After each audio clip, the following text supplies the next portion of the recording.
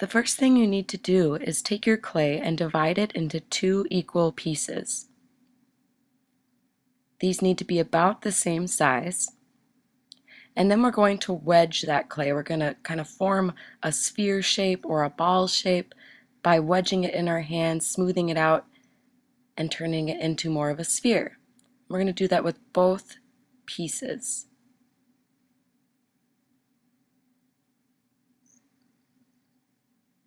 Next, we're going to form a pinch pot. So to start a pinch pot, we want to put our thumb in the middle of that sphere and then gently begin pinching towards the outside to make a bowl shape.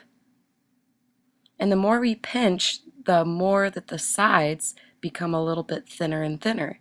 And you'll notice the bottom of mine is kind of flat because I had it on the table. So we want to make sure that that's nice and round, and so we can make that rounder by holding it off the table.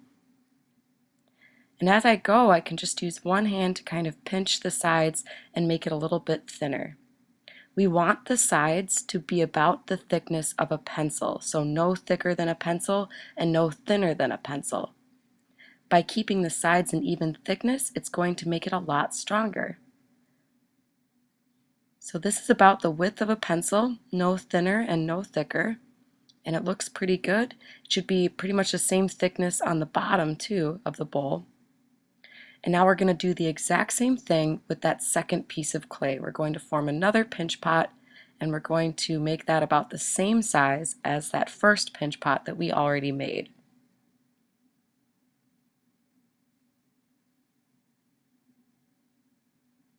And you want to be careful to go slow enough that you don't overwork the clay. The more you play around with the clay like this, the drier it will get. So the longer it's out in the air, the drier it's going to be. And I'm making this second one nice and round, and hopefully it'll be about the same size. It looks like it's pretty close. It's kind of an egg shape. You could make one a little bit thinner on the outside, a little wider, so you can always adjust. And that fits pretty good. And now I'm going to take a pencil and some slip. Now slip is a mixture of clay and water, and I'm going to use the pencil to score or scratch the clay. You may have heard this called scratch to attach. Most professional ceramicists or people who work with clay and make artwork out of clay, they call it scoring for scratching up the clay. And then they add slip once everything is scored. So we score both lips of the pinch pot bowls. And then we're going to add some slip, so that kind of gross looking clay water mixture, and that's going to kind of be like a glue for getting these two pieces to stick together. So we're going to use the slip on top of the places we scored to create a stronger bond. Now this is going to be the base of our piggy bank. So the inside, it's going to be hollow and round, and it's going to be a place to hold coins or money. And that's the function of a piggy bank. So I put the slip on, and now I'm going to press very gently together because I don't want to smush it. Since it's hollow, you do have to be careful that you don't press too hard and don't leave it on the table because it can smush on the table. And now I'm going to smooth out the seam so it looks like it's made of just one piece of clay.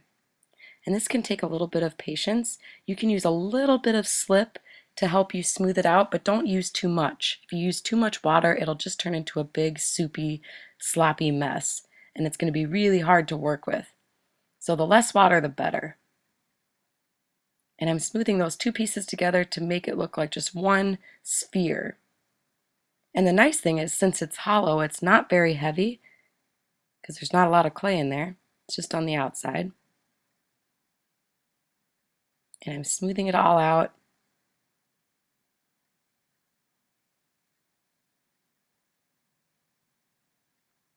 And making it look like one big piece of clay.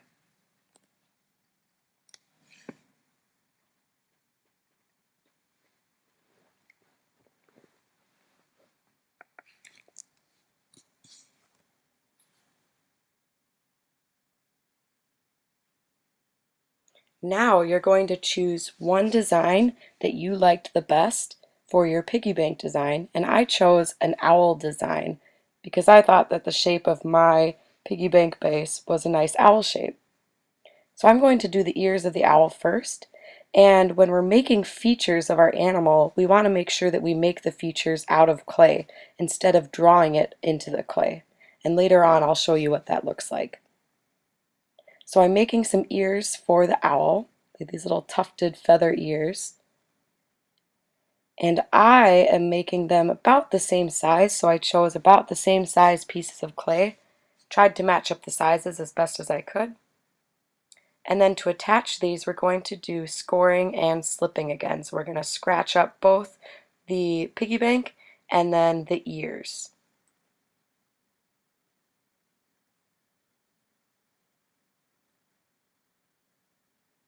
And I'm going to smooth out the ears a little bit, smooth out the seam, make it look a little bit nicer and make it a nice strong bond so it doesn't fall off or break off at any point. So you need to make sure though that you leave a space at the top for a coin or money slot. So you need enough space at the top for a place to put the money in, like a real piggy bank. Now I'm doing the eyes, so I'm just making the eyeballs, and it's really not that tricky. I'm just going to score the place for the eyeballs. Now if I just drew the eyeballs in with a pencil, it wouldn't look very nice. It might look something like this. And a lot of times clay boogers show up and it just doesn't look very nice. So don't do that. Make your eyeballs out of clay. Make all of your features out of clay.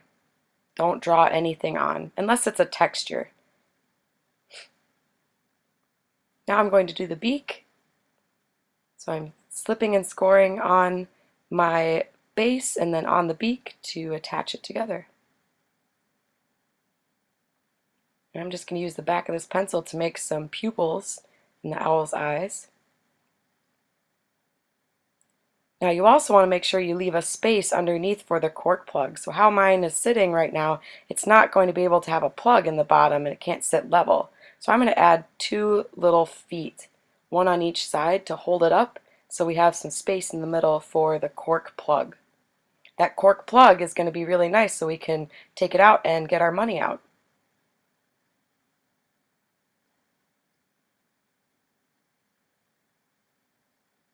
Now I'm going to put it in the bag. I need to write my name on the bag first. So write your name on the bag first and then put the piggy bank inside of the bag.